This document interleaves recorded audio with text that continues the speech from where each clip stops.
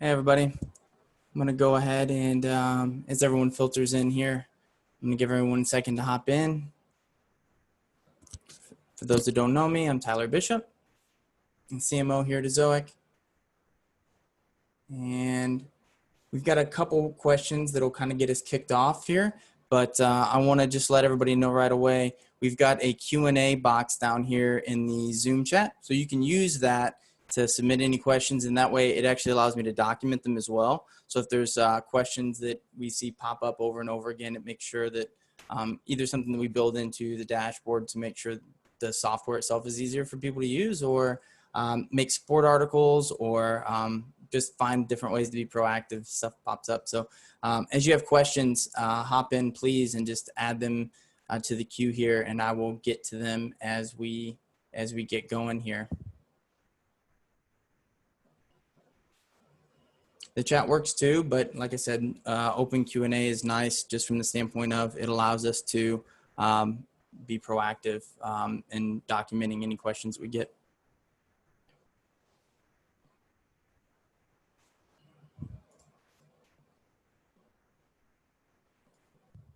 All right, so I'm gonna go ahead and minimize this screen here, but I will remind everyone, please just add questions as we go. And I'm gonna share my screen so that everyone here can see some of the early questions that we've got here and any examples that I've got, so. All right. And I also have one of my colleagues in here as well. And so if there's something that pops up in the chat, she can maybe offer quick assistance there. But like I said, I will try my best to get through these and field any questions that pop up in the box here. So first question we had submitted ahead of time was, I am trying to improve my engagement metrics and would like to know if you have any examples of good practice for informational sites. So a couple things pop up. I get this, I would say this is a fairly common question. And so I will try to pull a little bit of data here for you and show you where to go get some cool things inside of big data analytics. But the first thing I'll do is show you one example that I really like. This one's fairly new. So this site in particular, it added video to its top performing articles and started creating video for categories that garnered the best traffic from organic search. So inside of big data analytics, for those that don't know, if you use the analytics tab on your Ezoic dashboard, it will take you into big data analytics, and under the content tab, there's a area called categories, and you can look at the different categories on your site, and you can also look at your top landing pages, meaning like what pages are visitors primarily landing on. And they started creating video very specific to just those sites or just those pages, and it's been a real success for them. So the main area of success being the fact that they have been able to increase their EPMV, their visits, their revenue to these pages. So obviously, oh, it's showing me I'm having trouble connecting to my audio here. One moment.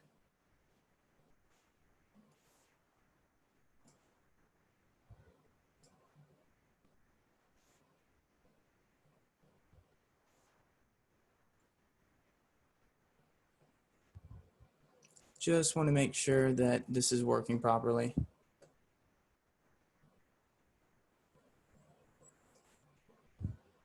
Can everybody still hear me, or are you guys having trouble?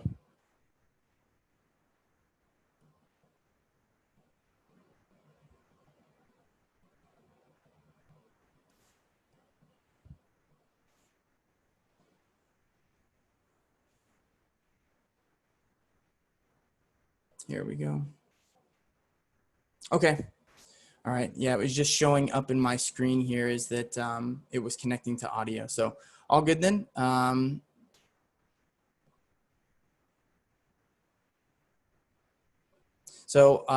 Yeah, so what I was saying is basically they added video to their top performing articles. So this is video that they actually created and hosted on their site. So basically what they would do is take articles that were performing well, that ranked probably in the 4th or 5th position in search, and they noticed that a lot of the top performing articles were either video results or they had video embedded in them. And so they would create video specific to their already kind of more how-to-y informational articles. And then they realized over time that these articles were ranking so much higher and they were earning a lot more revenue. You can see their engaged time, their total page views, and then obviously EPMV and revenue increased quite a bit to the pages that they added these to, that they started doing it with new content as well. Anytime they had a new piece of content that they thought offered a good chance to rank, they would add and create specific videos. So I know that video is a more of an investment in terms of content creation than a written article, but it does offer a certain amount of upside. And because of the fact that it's more difficult to produce, there's more opportunity there in large part because there's fewer competitors sometimes. So another one is, and this one's going to seem like a plug, but it's really not. It's just a speed success story. So we actually see speed oftentimes not be the driver. I know everybody loves it. And realistically, we're really proud of a lot of the things that we can do from a speed perspective. I think one of the things I learned from our most recent webinar is that most publishers aren't setting their sites up optimally with Ezoic to master speed, but those that do and those that implement our site speed accelerator, the benefits in some cases, if you're a very slow site or you're competing with results where the results are very fast for whatever reason, there are some, pretty significant benefits we've seen in certain sites. So this one's a really good example. You can see their page views went up. They started garnering quite a bit more traffic during this period of time, shortly after implementing it. Happened on February 3rd, I believe. And then you can see their average time to first byte went down quite a bit. They also enabled Ezoic caching and got that working around this time too. So that's probably more relevant to the TTFB. So you can just see all the different loading metrics that improve. But the real thing that I think people find interesting is the page RPM going up, which is great. It means probably that the average engagement time or the way that people were interacting with those pages improved as well. So that's another success story. Do you plan to offer an app for instant stats access? So this is an interesting one because it's something that we've talked about quite a bit. The ability to add basically some kind of app that would allow you to access, revenue stats. I'm guessing that's what people probably look at the most. Realistically, I think you should be looking at a lot of the things inside of big data analytics, but you probably don't want to do that on your phone. Our actual mobile experience when logging onto Ezoic is actually pretty good.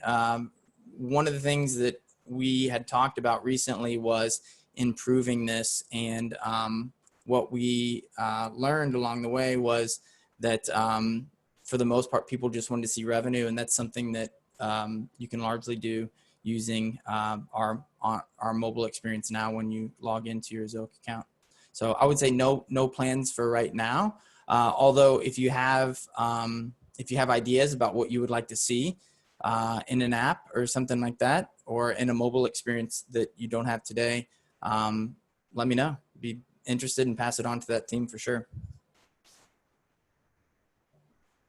So is it necessary to use Ezoic caching with they're abbreviating the site speed accelerator here, which is our speed application? What is the relationship between caching and the site speed accelerator? Why is Ezoic caching stuck at times? And then why WP Rocket caching speeds up a site if used with Ezoic caching and the site speed accelerator? So I added a note here because it doesn't. And I just want to make sure that anybody that is listening to this and maybe misses my response to this question, you wouldn't want to do that. So Ezoic caching and the site speed accelerator. So when we're doing things like removing CSS, creating static cache policies, a lot of the things that if you ever run a page speed insights report, those types of things, will generally be cached. And so Ezoic needs the ability to cache those things. And what we find is that number one, if you're not using Ezoic caching or our CDN, a lot of those things, it makes it very difficult to do. And there's a really good chance you're using like a WordPress plugin or something else to do, CSS and HTML caching or minification or something like that, because you basically have to take those files, add them to your URL, and you want those to basically be hosted someplace that is instantly accessible. And the best way to do that is to have it basically available at a server level, or available in the same way that, the site is available via CDN. So the relationship between the two is that they piggyback off of each other. So you definitely want caching enabled with Ezoic and optimized. As I did a recent webinar just about speed, and I highly, highly recommend watching that, because it's 45 minutes of me giving every if this then that about speed that I can possibly do. And my hope is that if you have questions about caching or the Site Speed Accelerator and setting it up and making sure your site is optimized towards speed, that you would go check that out. Ezoic.com/Ezoic-education. You can view all the recordings of some of these recent webinars. And that's a really good one if you have any issues with speed whatsoever. Recommend it. And then WP Rocket would be something we tell you to turn off once you had things set up on Ezoic properly. So all caching features available through plugins should be turned off. If you have Ezoic on, integrated via name servers, caching on, you can see in big data analytics that the Ezoic caching is hitting, quote unquote, and not missing or is off. And once all those things are in place, the Site Speed Accelerator does have free features as well as paid ones. And if you turn on all those free features, all of those things combined together will save you money on plugins and premium speed stuff that doesn't work very well together.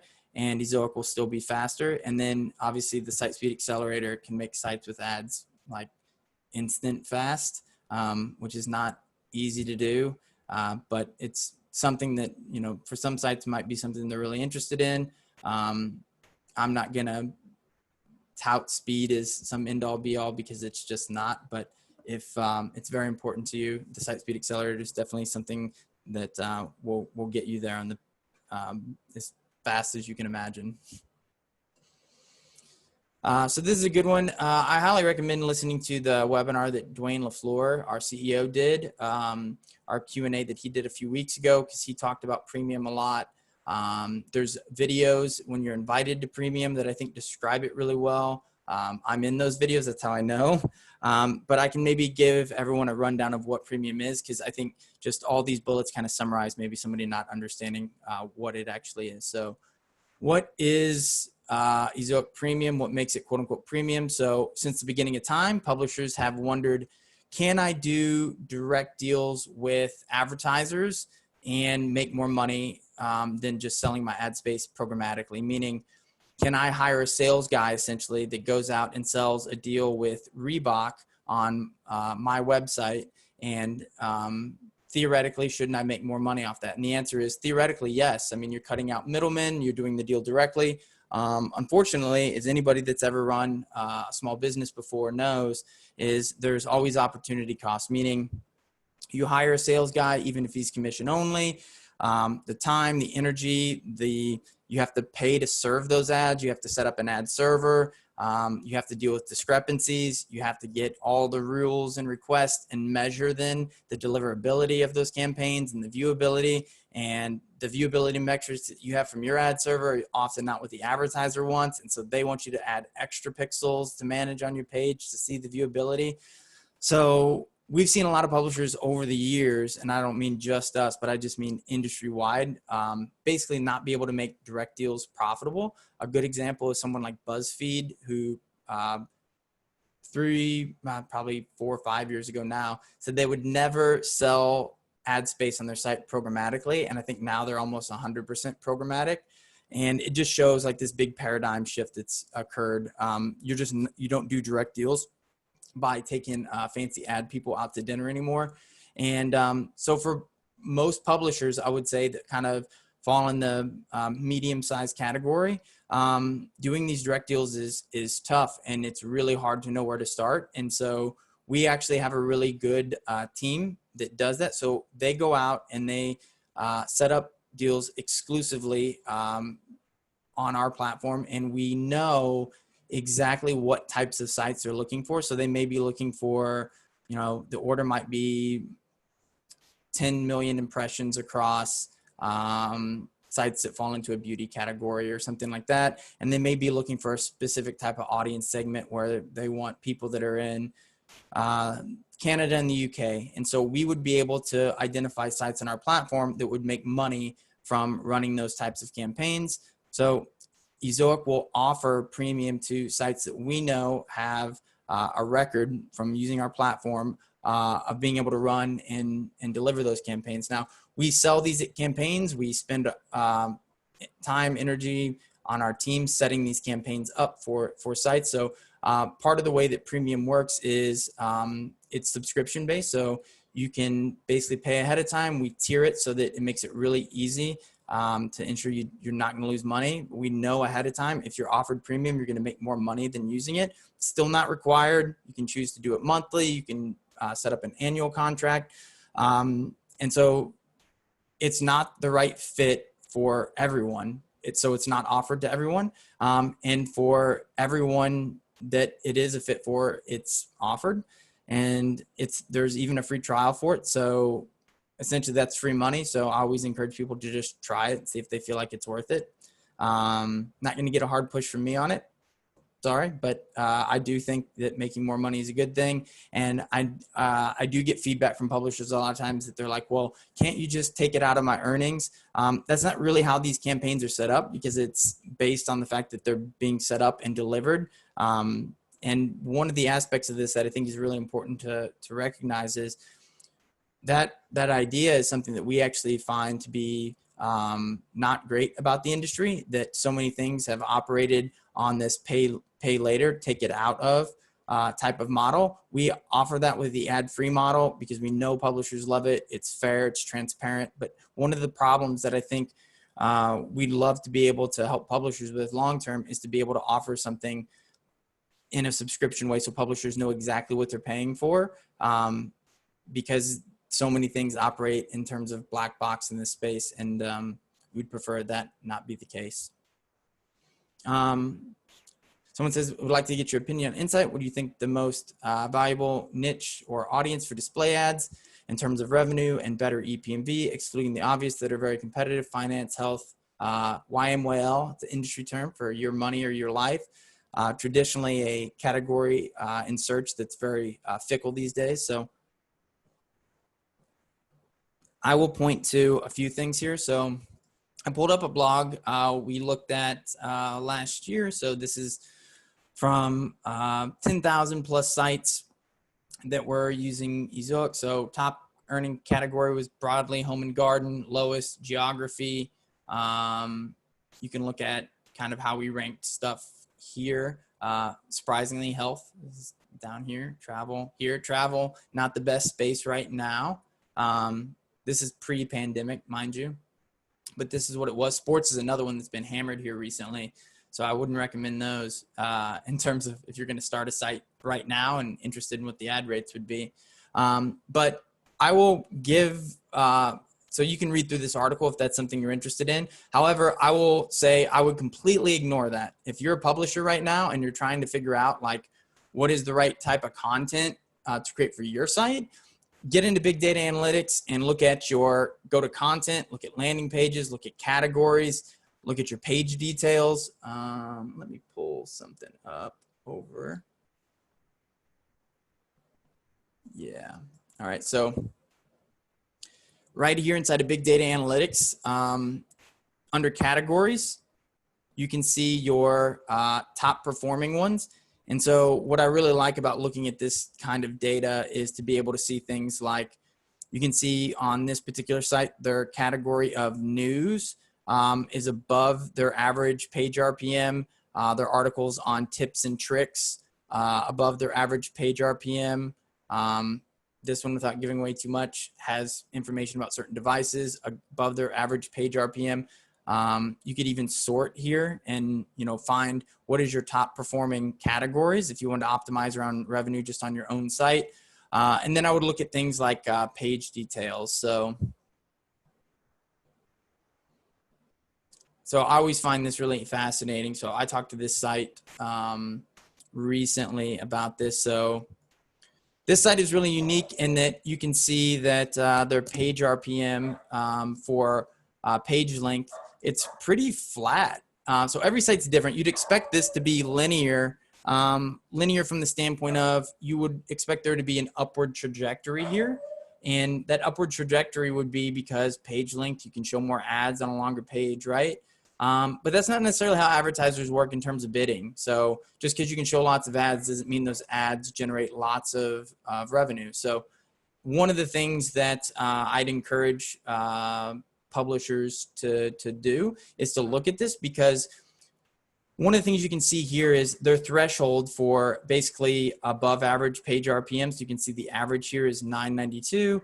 And after about 500 words, they get above that. So and there's not really a reward until they hit basically 2,500 words. So I'd basically tell my writers in this case, or whenever I write articles, if I'm optimizing for revenue in this case, one of the things I would probably look at is basically we need to get to 500 words because that's where we hit kind of our slightly above average page RPM. And if we're going to write a lot more than that, we might as well try to push to 2,500 words and ask ourselves, is it worth, can we cover a topic to that degree to where we can get there? Because that offers about a 33% or about a 50% uplift in total page RPMs.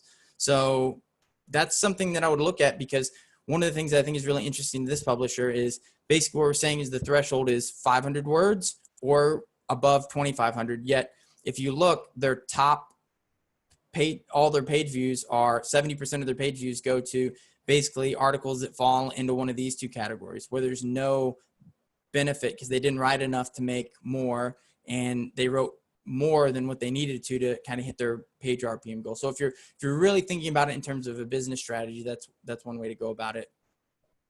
And then landing pages is a great way to look at landing pages by EPMV to figure out basically what landing pages are creating your highest earning content.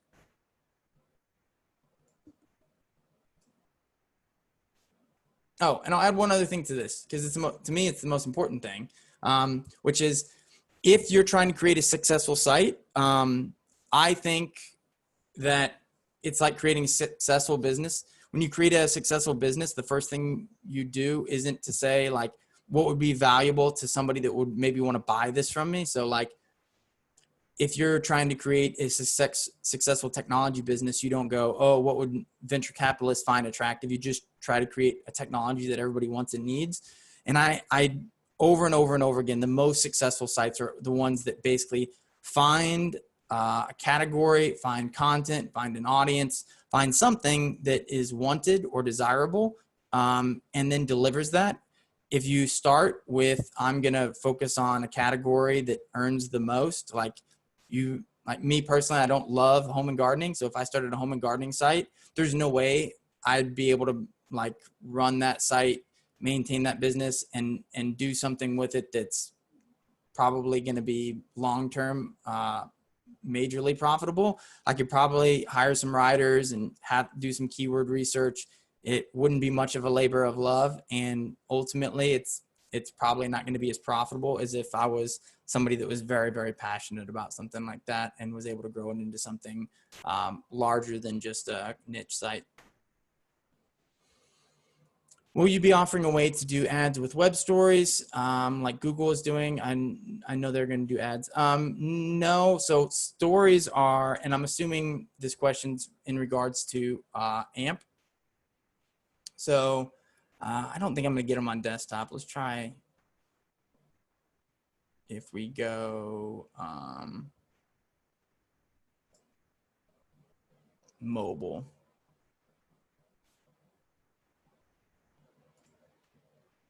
Oh, they're not going to give me the mobile experience, are they? search this one because it's the only time I've seen it. If they give me, yeah, and they're not going to give me their actual mobile results. So Seth Rogen, if you Google it on a mobile phone, you'll get a story, meaning, yeah, maybe here.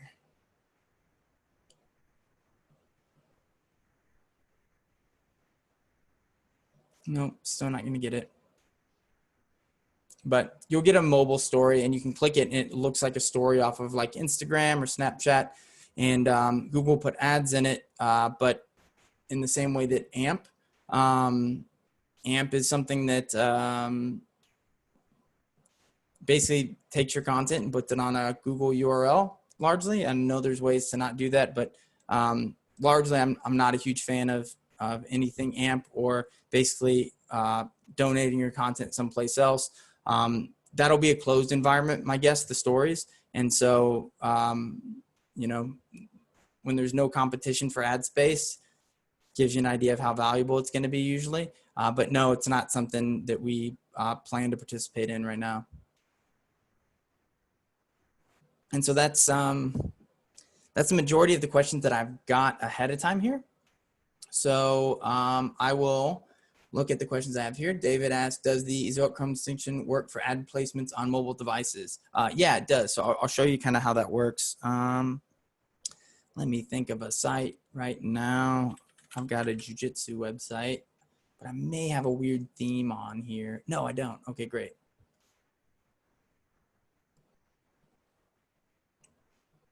So I'm going to activate the Ezoic Chrome extension. So you can see you've got the placeholders on my site, and now I'm going to do that Chrome trick I just showed you where I'm going to go inspect, and then I'm going to reload the page.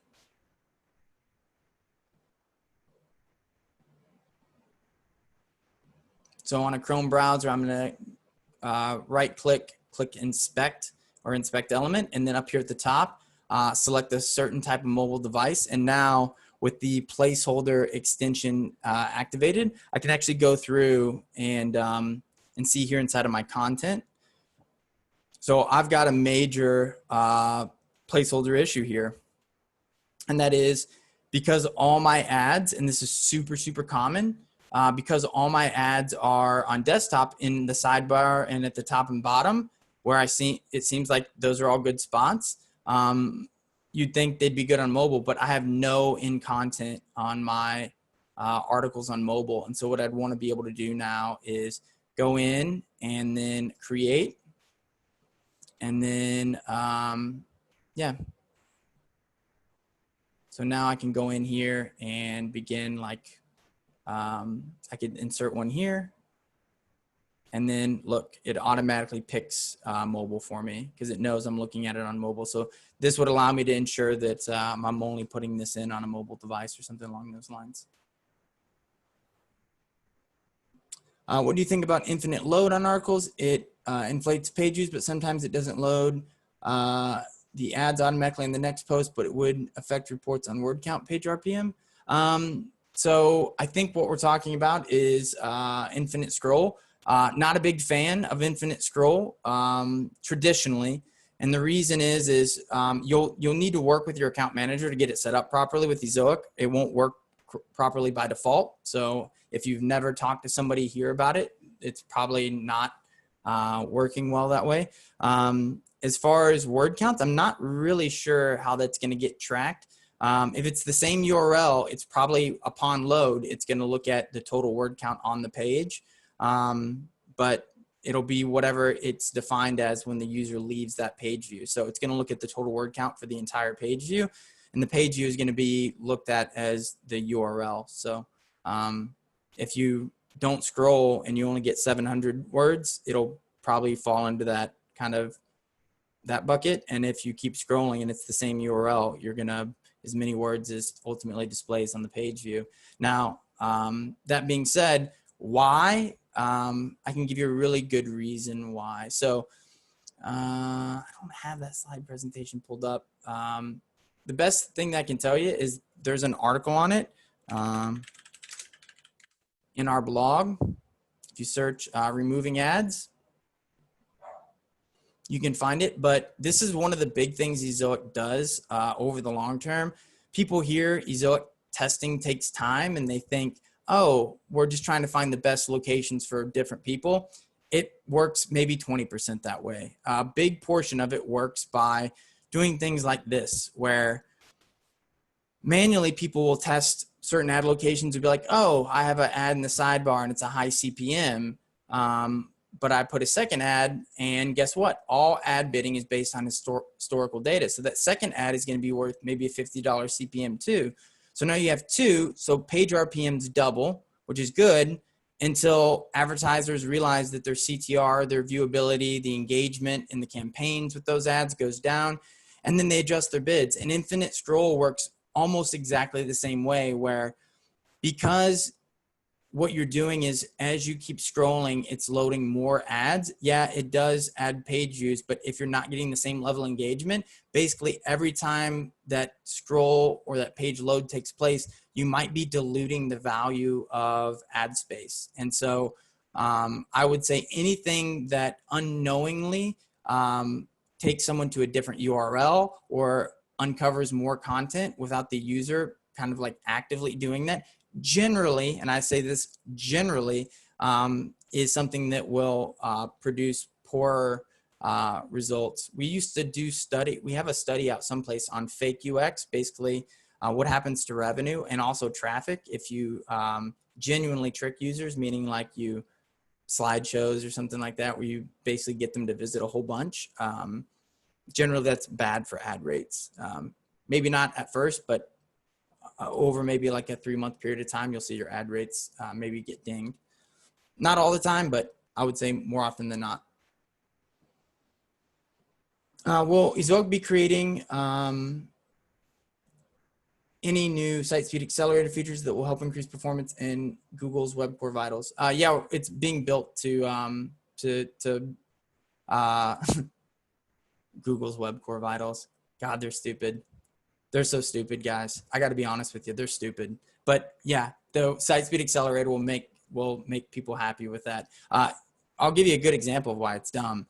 When Google's doing the thing now where if you search for something, let's see.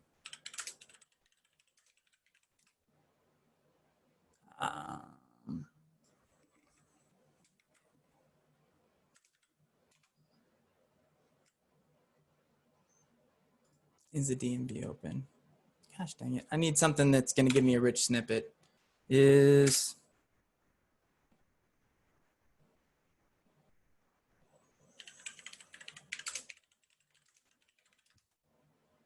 we go.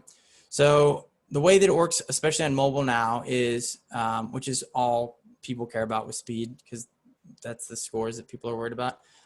So our oats gluten-free is granola-free. When I click on this on mobile, it's going to scroll me down to wherever that rich snippet is. So this brand or whatever, it's going to take me to this part on the page. Now, Google wants you to optimize for the viewport. How are you as a publisher supposed to optimize for the viewport when you don't know where Google is going to drop visitors onto your page? It's just going to anchor them to any random place that you might be providing an answer to people. But yeah, the answer is we're working on that. The other side of that is most aspects of Ezoic actually work really, really well with that already, but I will point something out.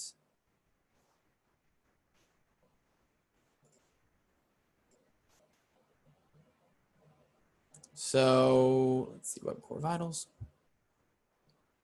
It's not going to give me Web Core Vitals for my site. Let's try.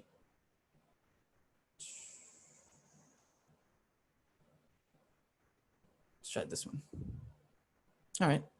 So we've got this side here, Web Core Vitals. So you can see I've got all this different information, got a bunch of poor ones, but it's based on Chrome UX report, right? So one of the things to know about all the data that comes from Crux is that it is based on averages. Some is lab data, but other is the way that they calculate it is based on 30-day averages. So even if you fix everything, it's going to take a while before it even displays that way. And they're just now opening up APIs so that we can actually figure out what it is they're looking at.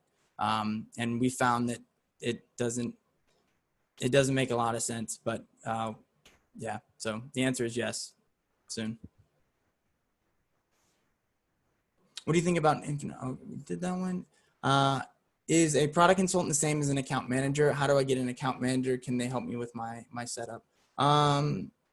It just depends. So in terms of terminology, it depends on who you're talking to, but I would say just generally anybody that you're communicating with on the Ezoic team can assist with the setup process or anything along those lines. I would say that we've got a couple webinars and a couple tutorials that I think are really helpful on the Ezoic YouTube channel.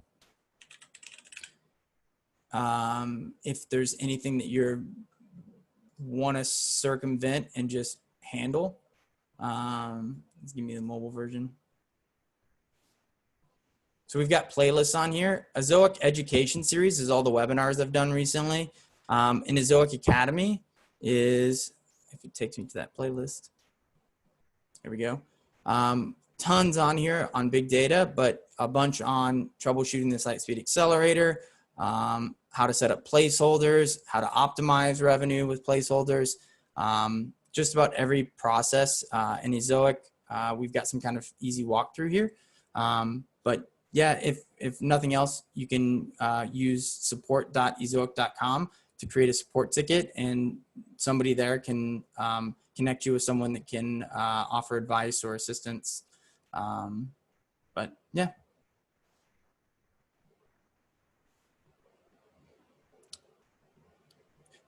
Good question, Kit. So if you're interested, we actually do. We have something in beta right now, and we're really excited for publishers to use it, but it's the ability to do real-time apples to apples headline split testing, so or title tag testing. So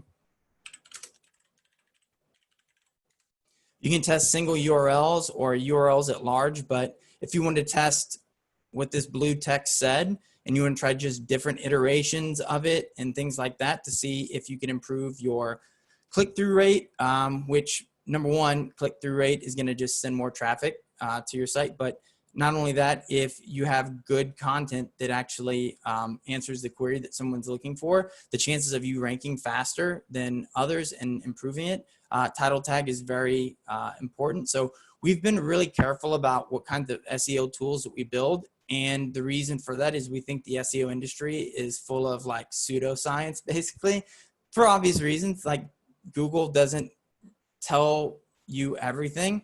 And without that, it's very difficult to know, like, if I build backlinks from here, backlinks from there, I have 1,000 backlinks, I have 0 backlinks. Is that good or bad? You don't know. And we really don't like dealing in the we don't knows. And so this was something that we've spent a long time on. And we know that there's an objective performance improvement. So this is something that we will have available in the near term. And if you're interested in beta testing it, you can send me an email at Tyler Bishop. So TYLERBISHOP at ezoic.com. And I'd be more than happy to connect you with the team there so that you can you could test something like that.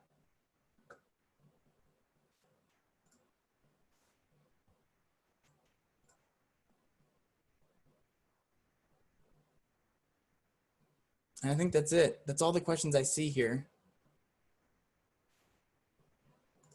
Oh, one more. So it'd be in your interface. So to be honest, I haven't seen it recently, but it would allow you to basically do both, look at things in terms of structural stuff. So you could, in this case, you could be like, is Bigfoot real? And then this little pipe sign, and then, you know, muckrock.com, like they've done here. Or you could see, like, if I get rid of my brand name and all my title tags, is that better? Is it better just on these URLs? So like I said, you could test single URLs, split test it, and then even use Ezoic to do some fancy machine learning along the way too. So I think that that's something that we're excited about. But it would work out of your Ezoic interface, and from last I saw, it seemed pretty simple and straightforward and easy to use. So awesome. Yeah. So if anybody has any other questions about anything, you can send me a message at tylerbishop@ezoic.com. And as you imagine, I get lots of emails, but I always try to find ways to connect our customers to things. There's a lot of really great resources that are out there on our YouTube channel and on our blog and support.ezoic.com. So if there's anything that you want to dig into deeper, I encourage you to try those resources out. David, as it relates to payouts, our payment terms are 30 days at the end of the month. There's a bunch of information about that in support.ezoic.com if you want to look into payment terms at all. I think that's it. All right. Thanks everyone for the questions. And like I said, hopefully these are helpful. And if they are, we'll continue to make them available to all of you. And until then, catch you next time and stay safe.